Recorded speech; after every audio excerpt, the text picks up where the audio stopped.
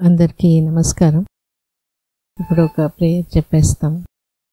ఇక్కడ చేరి ఉండే తల్లిదండ్రులందరూ కూడా మంచి బిడ్డ అంటే దీర్ఘాయుష్గా, మంచి ఆరోగ్యం, మంచి గుణాలు, మంచి తెలివితేటలతో తల్లిదండ్రుల మాటలు బాగా విని వాళ్ళతో లాస్ట్ వరకు తోడుగా ఉండే బిడ్డని,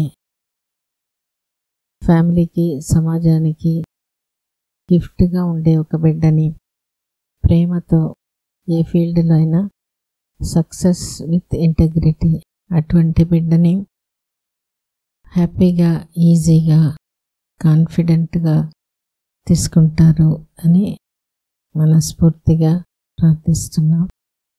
ఇప్పుడు ఇక్కడ ట్రీట్మెంట్ తీసుకొని ప్రెగ్నెన్సీ వచ్చిన వాళ్ళు వాళ్ళ ఎక్స్పీరియన్స్ మనతో షేర్ చేసుకుంటారు. వాళ్ళు చెప్పిన ఎక్స్పీరియన్స్ మనం మనసు పెట్టి వినాలి. ఇప్పుడు మన కాన్సెప్ట్ ఏంటంటే ఏదో ఒక ప్రెగ్నెన్సీ, ఏదో ఒక బిడ్డ కాదు, మంచి బిడ్డగా మనం తీసుకోవాలి. ఆ బిడ్డకి మనం విత్తనం స్టేజ్ నుంచే, అంటే ఎగ్ స్పర్మ్ ఆ స్టేజ్ నుంచే మనల్ని తయారు చేసుకుంటున్నాం. కాబట్టి ఫస్ట్ మనం మంచి తల్లిదండ్రులుగా తయారవుతున్నాం. అప్పుడు మంచి బిడ్డ మనల్ని వెతుక్కొని వస్తుంది. ఆ గట్టి సంకల్పంతో ఆ బిడ్డని తీసుకోవాలి. ఏదో నాకు కూడా వచ్చేసింది, వాళ్ళందరికీ ఒక బిడ్డ వచ్చేసింది, నాకు రాలే, తొందరతో బాధతో నాకు లేట్ అయిపోయింది అని ఫీలింగ్తో అందరూ అడుగుతున్నారు. కాబట్టి వాళ్ళకి సమాధానం చెప్పడానికి కోసం ఒక బిడ్డ, వాళ్ళకి ఎవరికైనా నేను ప్రూవ్ చేసుకోవాలి నాకు కూడా బిడ్డ ఉంది అని, లేకపోతే నన్ను వాళ్ళు వాల్యూ చేయటంలా, గౌరవించటంలా, దానికోసమే కాదు, నా ఇష్టం కోసం మాత్రమే అనే ఆలోచన కలగాలి. సో దానికి ఆ క్లారిటీ వచ్చిన తర్వాత శారీరక లోపం మనం సరి చేసినప్పుడు పనిచేసే తీరు ఇంప్రూవ్ అవుతుంది. ఖచ్చితంగా అది వస్తుంది. కానీ ఆ వచ్చేంత వరకు ఓపిక, ఆ తొందర, నేను ఒక మాట ఎప్పుడు చెప్తాను, ఫస్టే మీ ఇంట్లో చెప్పేసేయండి, ఇది టైం అవుతుంది కానీ నేను మంచి బిడ్డగా తీసుకుంటాను. అప్పుడు వాళ్ళకి అది అర్థమైనప్పుడు వాళ్ళు ప్రతి నెల అడగరు. లేకపోతే వాళ్ళ ఆతృత, వీళ్ళు పోయి ట్రీట్మెంట్ తీసుకుంటున్నారే, ఇంకా రాలేదే అని వాళ్ళు బాధపడుతూ, మనము బాధపడుతూ, ఆ బాధతో కనాల్సిన అవసరం లేదు. సో ఇప్పుడు మన ఇష్టం, మన ఫీలింగ్స్ మనం వాళ్ళకి చెప్పినప్పుడు వాళ్ళు దాన్ని అర్థం చేసుకుంటారు. ఫ్యామిలీ వాళ్ళు, బయట వాళ్ళు అర్థం చేసుకోరు. వాళ్ళని మనం పట్టించుకోవాల్సిన అవసరం కూడా లేదు. ఇప్పుడు హిమబిందు చెప్తున్నారు తన ఎక్స్పీరియన్స్. చెప్పండి. Good morning, ma'am. Good morning. I am happy to meet you after a long time.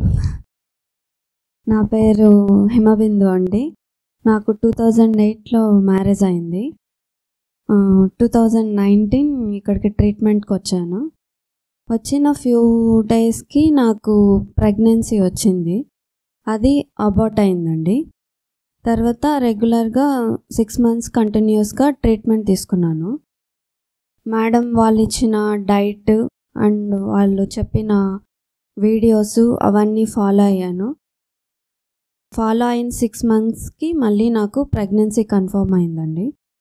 2020లో delivery అయింది నాకు, జనవరి. పెళ్ళి ఎన్నేళ్ళకి ప్రెగ్నెన్సీ వచ్చింది? 1 yearకి మ్యామ్.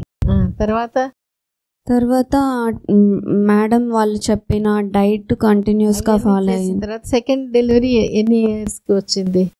2019లో ట్రీట్మెంట్ తీసుకున్నాను. 2020 జాన్లో నాకు డెలివరీ అయింది. 2019లోనే నాకు ప్రెగ్నెన్సీ కన్ఫర్మ్ అయింది మ్యామ్. అయింది. అంత గ్యాప్ 6 మంత్స్ అంటే నేను ట్రీట్మెంట్ తీసుకున్న 6 మంత్స్కి నాకు ప్రెగ్నెన్సీ కన్ఫర్మ్ అయింది. Okay okay. వీడియోస్ అన్నీ రెగ్యులర్గా ఫాలో అయ్యి వాళ్ళకి ఫీడ్బ్యాక్ ఇస్తూ ఉన్నాను మ్యామ్.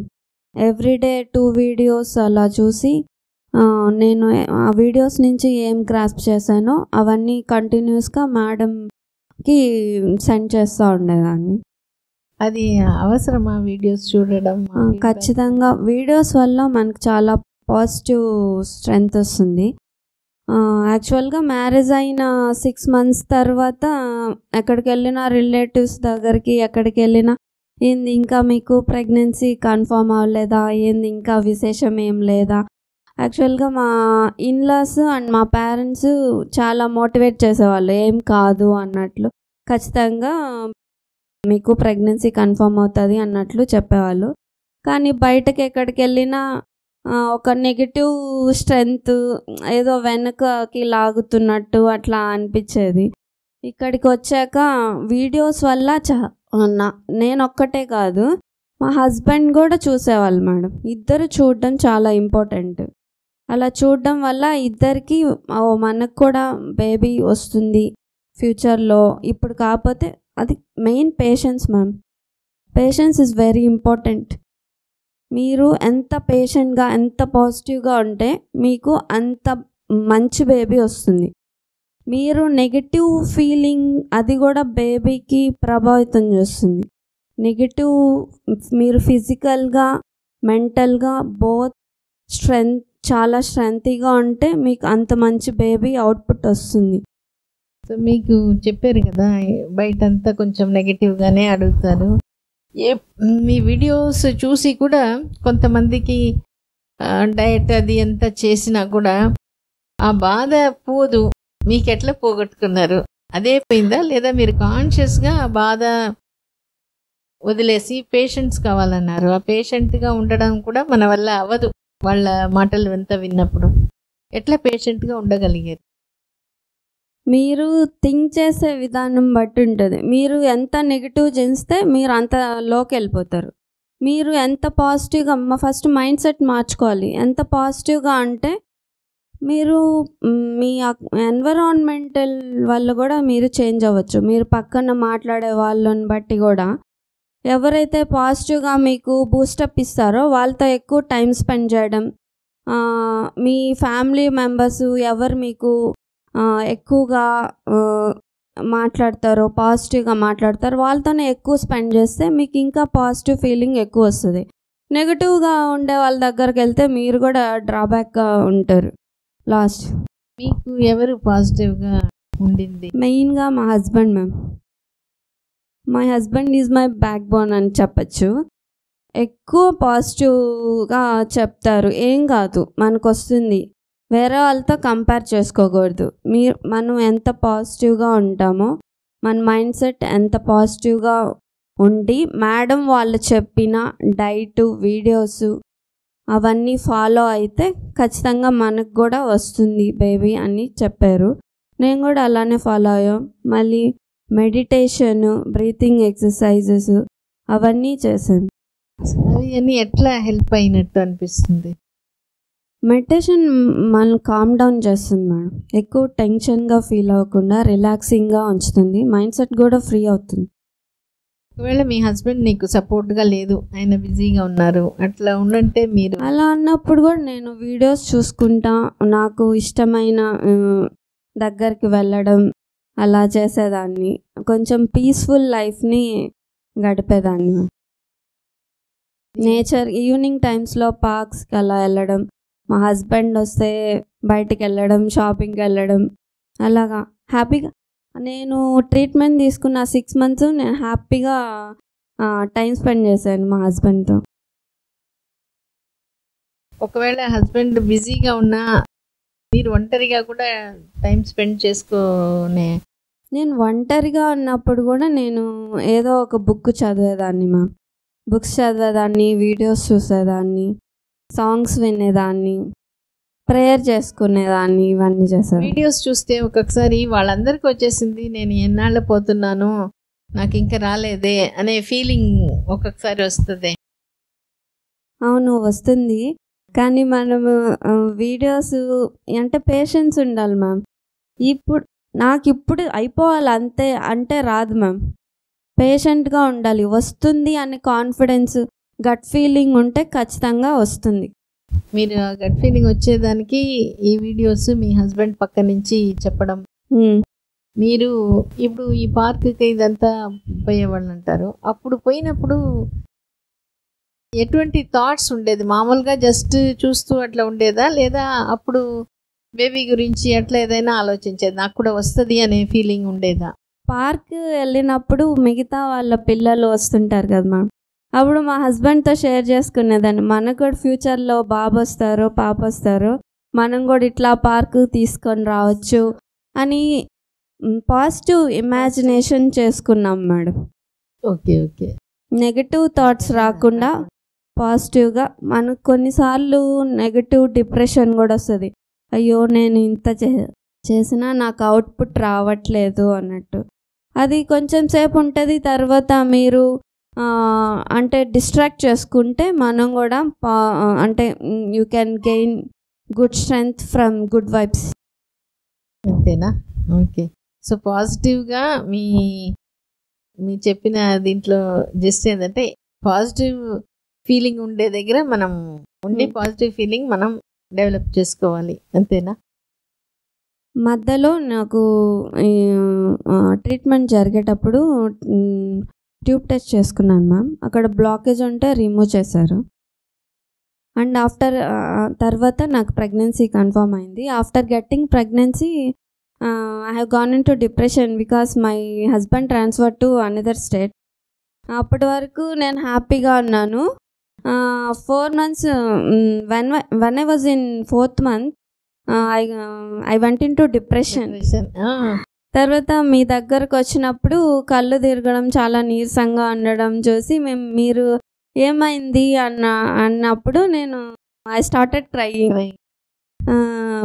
మా మమ్మీ వాళ్ళు వచ్చి, 4th month కదా, స్టార్టింగ్ కదా, ఆల్రెడీ నీకు అబౌట్ అయింది కదా, you should not go to that state అని చెప్పారు. అప్పుడు మీ దగ్గరకు వచ్చాక లేదు మీరు ఖచ్చితంగా వెళ్ళండి, ఏం కాదు, నేను నాది బాధ్యత అని మీరు అంత భరోసా ఇచ్చాక నేను మా హస్బెండ్ కర్ణాటక 12 hours ట్రావెల్ చేసి వెళ్ళాను. ఏం కాలేదు. అక్కడ 2 months ఉన్నాను. 2 months అయ్యాక ఇక్కడికి వచ్చి మళ్ళీ ట్రీట్మెంట్ కంటిన్యూ చేసుకున్నాను.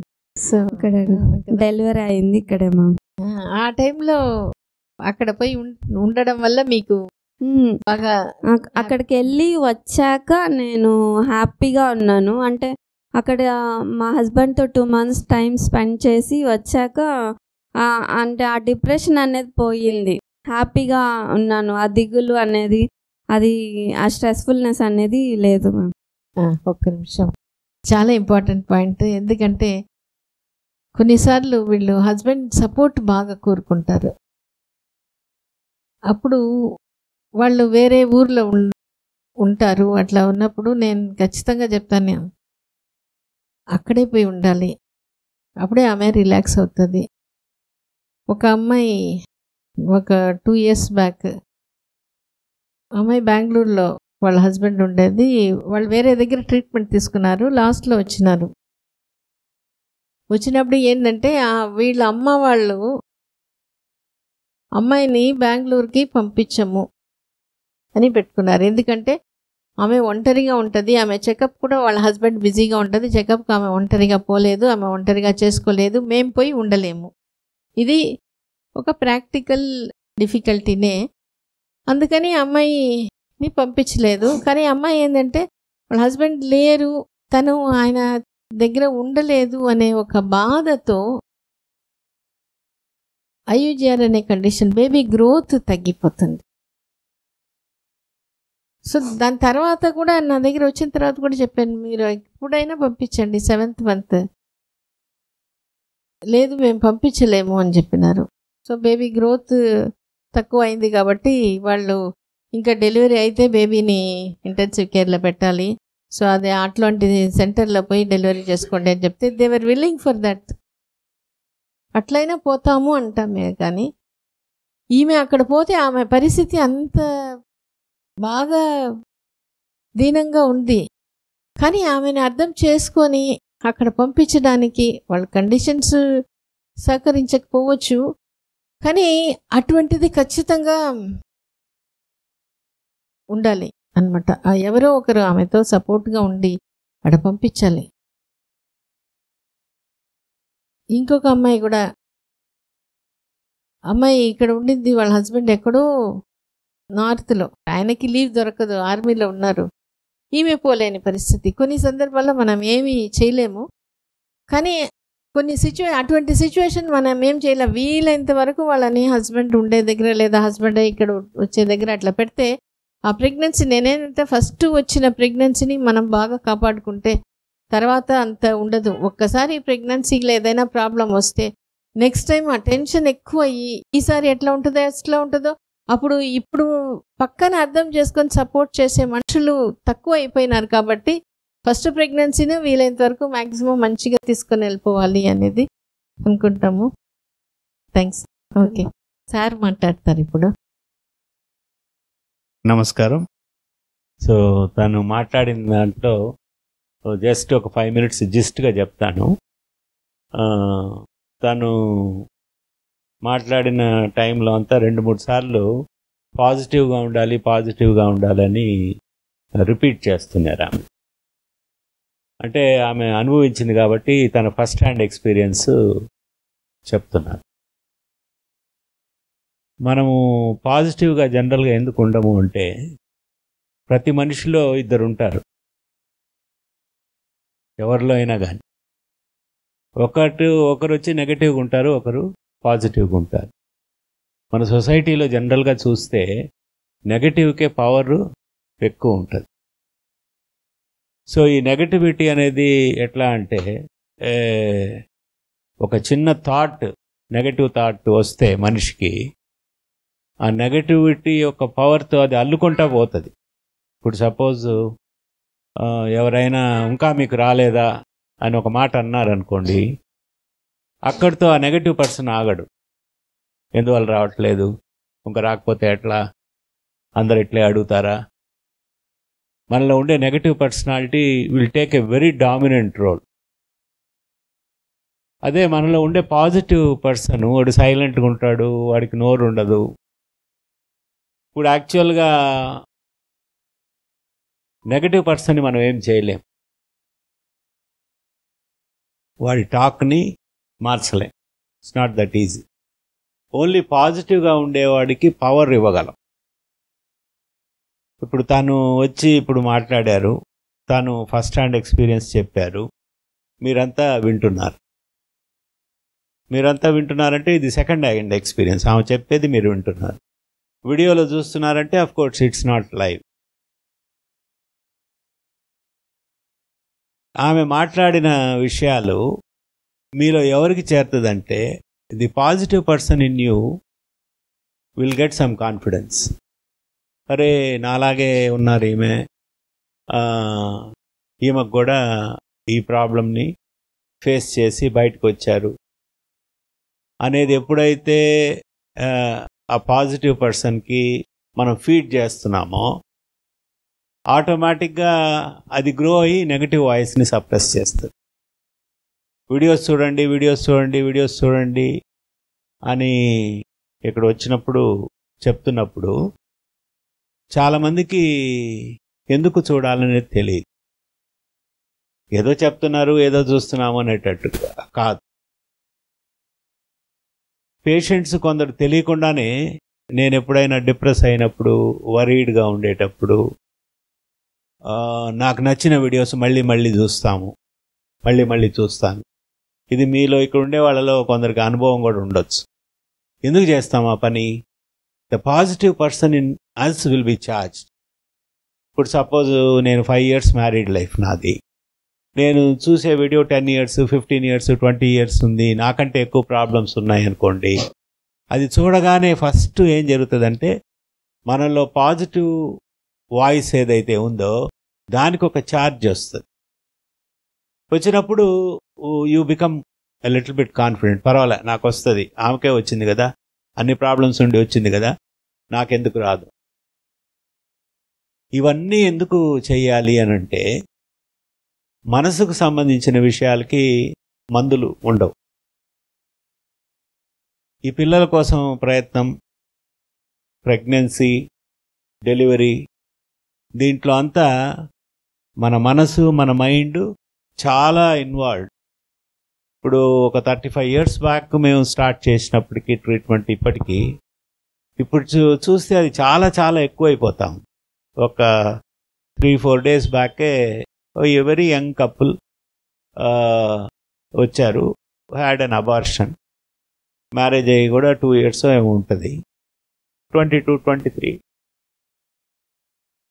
సో అబార్షన్ అయింది కదా, నువ్వు ఫిజికల్గా మెంటల్గా ప్రిపేర్ కావాలి, నువ్వు ముందు హెల్దీగా తయారైతే వచ్చే ప్రెగ్నెన్సీ బెటర్గా ఉంటుంది అని చెప్పాను. అది తీసుకునే పరిస్థితిలో లేడు. ఎందుకు అని ఆలోచిస్తే, మమ్మల్ని బతకనేయటం లేదు సార్, మా అమ్మ వాళ్ళు అడుగుతారు, అత్త వాళ్ళు అడుగుతారు, అందరు అడుగుతున్నారు, ఇంకా ఇంకా ఇంకా ఏం లేట్, ఇంకా ఏం లేట్, ఇంకా ఆ మాట్లాడే తీరుని బట్టే మనకి they are under so much of pressure.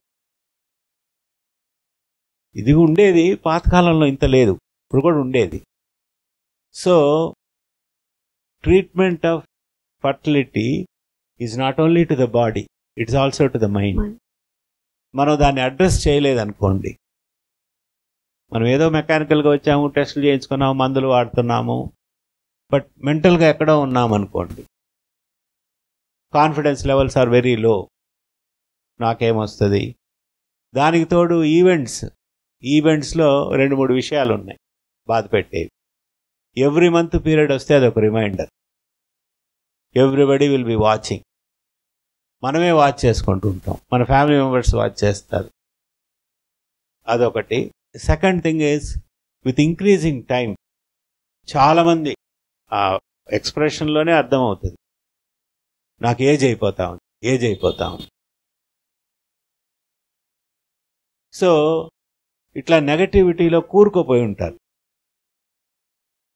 వాటిని అడ్రస్ చేయడానికి there is no other method except నీ మైండ్కి కావాల్సిన ట్రీట్మెంట్ తీసుకుంటే తప్పితే అది దాంట్లో నుంచి మనం బయటికి రాలేం.